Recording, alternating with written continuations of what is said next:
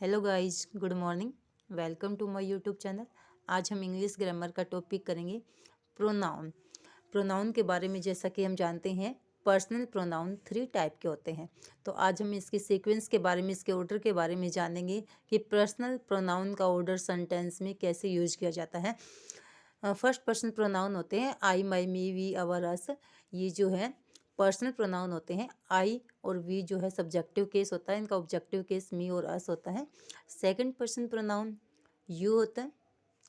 Third person pronoun में ही, सी, it या दे, ये थर्ड पर्सन प्रोनाउन होते हैं। यू का ऑब्जेक्टिव केस भी यू रहता है। ही का ऑब्जेक्टिव केस हिम होता है। सी का ऑब्जेक्टिव केस हर होता है। दे का ऑब्जेक्टिव केस देम होता है। जब तीनों नाउन हमें एक ही सेंटेंस में यूज करने हैं, first person pronoun, second person pronoun, third person pronoun, तब हम इनको किस प्रकार से यूज करते हैं। सबसे पहले हम सेकंड पर्सन प्रोनाउन का यूज करेंगे, उसके बाद थर्ड पर्सन प्रोनाउन, और फिर जो है बारी आती है फर्स्ट पर्सन प्रोनाउन की। Second person, third person and then first person. You को हम सबसे फर्स्ट स्थान पर रखेंगे। सबसे पहले यू प्रोनाउन आएगा, उसके बाद में थर्ड पर्सन की बारी आती है, और फिर हम फर्स्ट पर्सन प्रोनाउन को थर्ड नंबर पे लास्ट में, सबसे लास्ट में आई को रखते हैं। यानी कि हम फर्स्ट प्रेफरेंस जो देते हैं वो यू को देते हैं, सामने वाले बंदे को प्रेफरेंस देते हैं और ख़ुद को सबसे लास्ट में रखते हैं, और थर्ड पर्सन को बीच में रखा जाता है। जब सिर्फ और सिर्फ दो ही प्रोनाउन होते हैं, यू एंड आई, तो यू को हम सेकंड पर्सन को प्रायोरिटी देते हैं, उसके बाद आई आता है। You, they and we have scored a victory। तो इसमें क्या किया गया है, सेकंड पर्सन को प्रायोरिटी दी गई है, दे थर्ड पर्सन आया है, and we first person pronoun आया है। Second person, third person and first person, ये जो है इसका एक सीक्वेंस रहती है प्रोनाउन की। पर्सनल प्रोनाउन को हम यूज करते हैं second person, third person and first person के ऑर्डर में। फिर जब दो ही प्रोनाउन होते हैं, सेकंड पर्सन और फर्स्ट पर्सन, तब हम सबसे पहले सेकंड पर्सन प्रोनाउन की बात करते हैं, फिर फर्स्ट पर्सन प्रोनाउन की बात करते हैं। उसके बाद बात आती है, जब हम सेकंड पर्सन और थर्ड पर्सन की बात करते हैं तो सेकंड पर्सन सबसे पहले आता है। यानी कि यू जो है सेकंड पर्सन किसी भी सेंटेंस में सबसे पहले आएगा। यदि आई आता है फर्स्ट पर्सन प्रोनाउन तो वो बिल्कुल लास्ट में आएगा।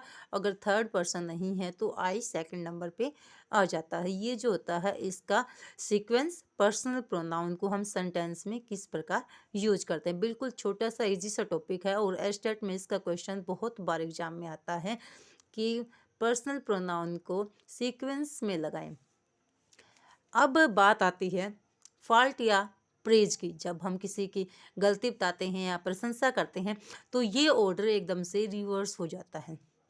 प्रोनाउन का ये ऑर्डर रिवर्स कब हो जाता है, जब हम किसी की फॉल्ट या प्रेज बताए। जब किसी से कोई गलती होती है तो सबसे पहले खुद की गलती बताता है, फिर थर्ड पर्सन की, और यू को बिल्कुल लास्ट में रखता है। I, he and you are responsible for winning the match.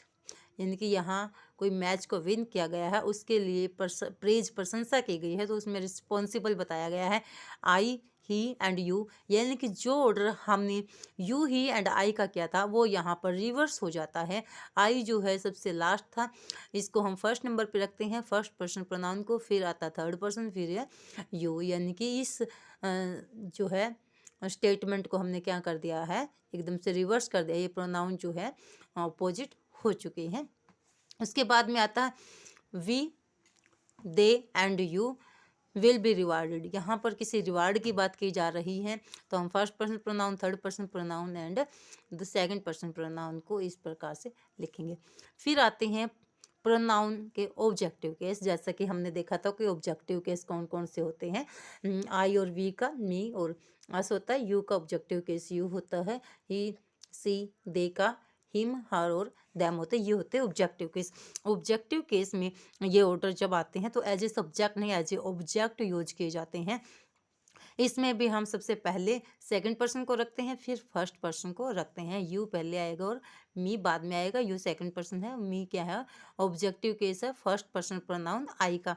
यहाँ पर जो है ये है ही एंड आई है।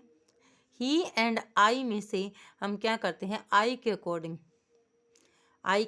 अपनी ड्यूटी आवर बताते हैं। ये क्या है, आवर फर्स्ट पर्सन प्रोनाउन है, जो कि हमारा क्या है, आई के अकॉर्डिंग फर्स्ट पर्सन प्रोनाउन के अकॉर्डिंग आता है। यू एंड ही, यहाँ पर आई है नहीं, अगर यहाँ आई होता तो हम आवर डालते। अब आई है नहीं तो हम सेकंड पर्सन की बात करेंगे। सबसे पहले हम प्रायोरिटी देते हैं फर्स्ट पर्सन को।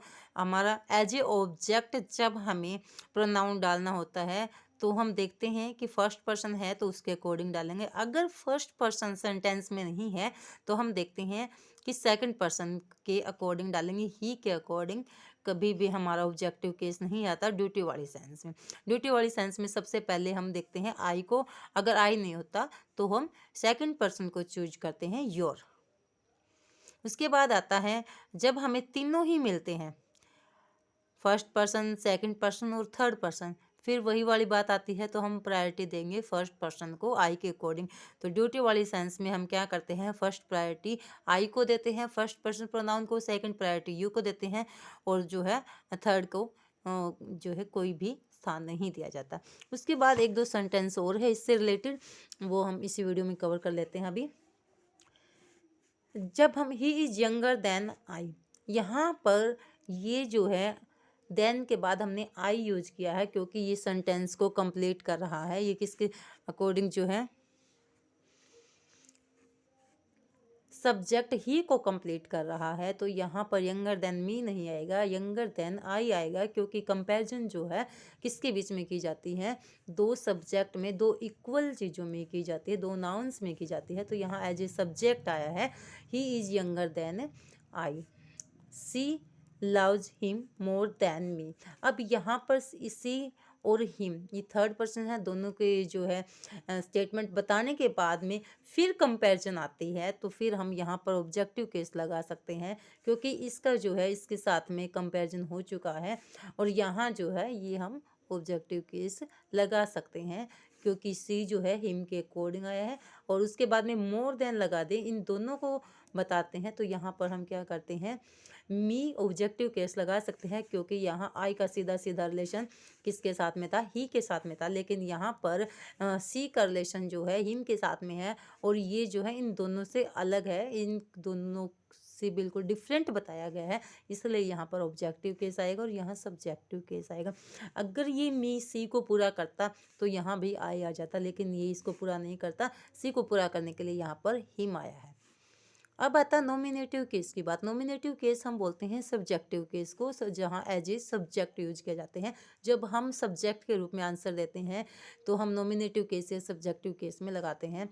अगर हम किसी को, कोई बंदा गेट पे खड़ा है या हम फ़ोन पे किसी से बात कर रहे हैं, तो हम सामने वाले से पूछते हैं कि हु इज़ हेयर, यहाँ पर कौन है, तो रिप्लाई जो आता है वो हमारा नॉमिनेटिव केस में आता है, इट इज़ आई, ना कि इट इज़ मी।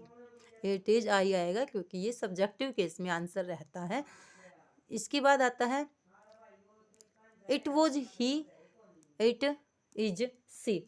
तो ये जो है इट वॉज ही और इट वॉज सी, ये क्या है, इट इज आई क्या सब्जेक्टिव केस है, ही सब्जेक्टिव केस है, सी सब्जेक्टिव केस है। जब भी कोई क्वेश्चन पूछा जाता है किसी भी प्रकार से, हु इज़ हेयर, यहाँ पर कौन है, तो उसका जो आंसर रहेगा इट इज़ मी नहीं रहेगा, वो सब्जेक्टिव केस में रहेगा, it is I, it was he, it was she. तो ये रहा आज की हमारी वीडियो का जो टॉपिक कंप्लीट होता है यहीं पे, ऑर्डर ऑफ पर्सनल प्रोनाउन का। आपको वीडियो कैसी लगी गाइस, देख के बताना, कमेंट ज़रूर करना, और वीडियो पसंद आई तो लाइक और सब्सक्राइब भी करना। Thank you.